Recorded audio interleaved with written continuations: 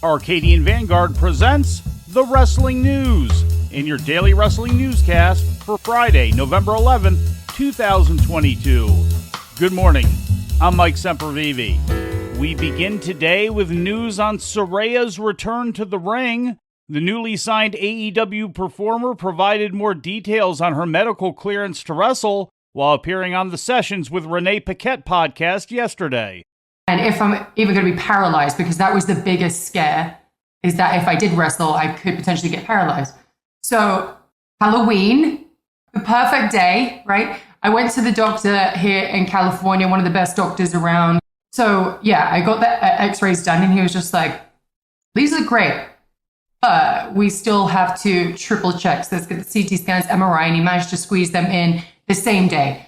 And then he sat there and went through them all and he was just like, you're cleared. And I just burst into tears. I was like, are you serious? During the interview, she also mentioned that doctors suggested to her that she only work one match per month for the time being. Saraya also claimed that in her recent AEW in-ring appearances in which she's gotten physically involved, she did so without the full endorsement of AEW doctors, promising only that she would not take a bump.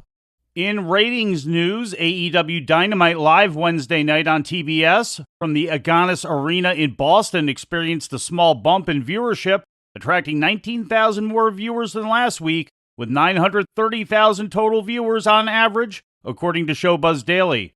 The rating in the key 18 to 49 demographic was .32, up 10.34% from last week's .29. The demo number equates to approximately 417,000 viewers, according to WrestleNomics. Nevertheless, the show fell from number 3 in cable TV for the key demo last week to number 6 this week.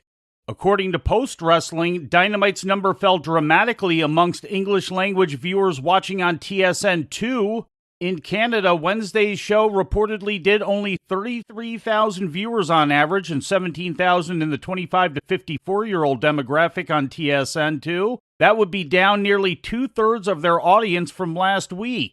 Post reported yesterday, quote, one possible theory is the significant technical issues viewers experienced throughout the first half hour of Dynamite, where the audio was extremely choppy throughout the opening 8-man and didn't correct itself until the MJF promo, unquote. With some WWE news, here's the Wrestling News' Lou Kipilman. Cameron Grimes may be getting called up to the main roster very soon, with Wrestling Observer Radio reporting yesterday that Grimes has been told by WWE that he will be brought to either Raw or SmackDown permanently once his NXT program with Joe Gacy and the Schism concludes. Grimes has been wrestling for NXT since January 2019. He had his first main roster match, a one-off appearance against Akira Tozawa, on the October 20th episode of WWE Main Event. For the Wrestling News, I'm Lou Kipilman. An update on Taryn Terrell in the National Wrestling Alliance. Terrell confirmed that she has given her notice to the NWA in an Instagram post yesterday morning, and also indicated that she would be retiring from pro wrestling entirely to focus on her other career as a stunt woman. News broke on Wednesday that Terrell had given her notice back in October, citing frustrations with creative as well as safety concerns. CM Punk has found a way to fill some of his downtime. As rumors of an AEW buyout of Punk's contract continue, on Thursday, the former two-time AEW champion made his first public appearance since the infamous all-out press conference on September 5th. Punk returned to the mixed martial arts booth last night for Cage Fury Fighting Championships on ESPN Plus's UFC Fight Pass service. Wow. Punk. Let's not do that anymore. Back. All right. So great to have you, man. Great lineup of fights, but it's always a little bit different when we got CM Punk in the building. I'm happy to be here. I've missed you. I've missed everybody watching at home. I've missed the fights, and tonight I'm not going to do that.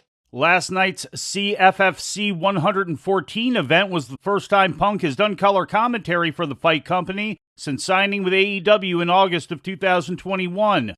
Punk originally signed on with the CFFC in November of 2018. He's currently suffering from a triceps injury that forced him to relinquish the AEW title, and his status with the wrestling company is currently up in the air.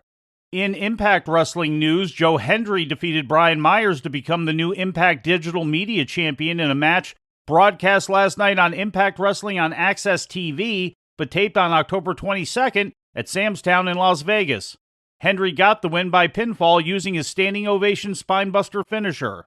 And now you might have to believe in Joe Hendry after kicking out of that huge DDT. Going for the roster cut. The standing ovation. He got it. Cover. Do you believe in Joe Hendry? He's your digital media champion. Here is your winner and new Impact Wrestling Digital Media Champion, Joe Hendry. In another pre-tape match, Trey Miguel defeated Mike Bailey by disqualification in an X Division title tournament semifinal match. In other results, Jordan Grace retained the Knockouts title against Giselle Shaw. Bully Ray defeated Zicky Dice, and Mickie James beat Chelsea Green in Green's final match for Impact Wrestling. Green is reported to be headed back to WWE in the near future. In Lucha Libre-related news, a AAA Mega Champion El Hijo del Vikingo will make his American Wrestling debut on December 16th for Game Changer Wrestling, according to an official GCW announcement yesterday.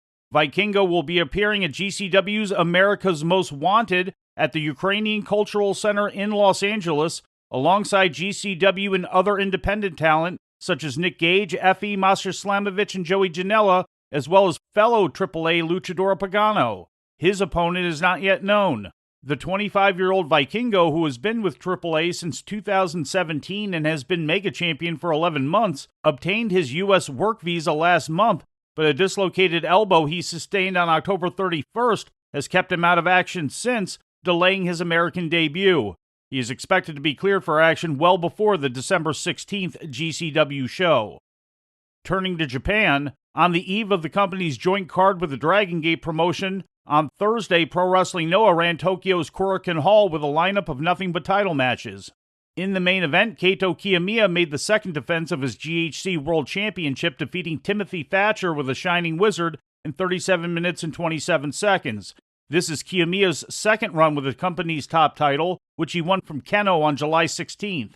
El Hijo del Dr. Wagner Jr. upended Masakatsu Funaki, defeating him with a moonsault to win the GHC National Heavyweight title. It was Funaki's seventh defense and the first major international singles championship for Wagner Jr.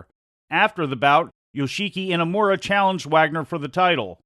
Also on the show, Shuji Kondo and Hajime Ohara defeated Atsushi Kotoge and Seiki Yoshioka to win the GHC World Junior Heavyweight Tag Team titles. Dante Leone defeated Ninja Mac to win the GHC Junior Heavyweight Championship, and Takashi Sugiura and Satoshi Kojima defeated fellow veterans Muhammad Yone and Akitoshi Saito to retain the GHC World Tag Team titles.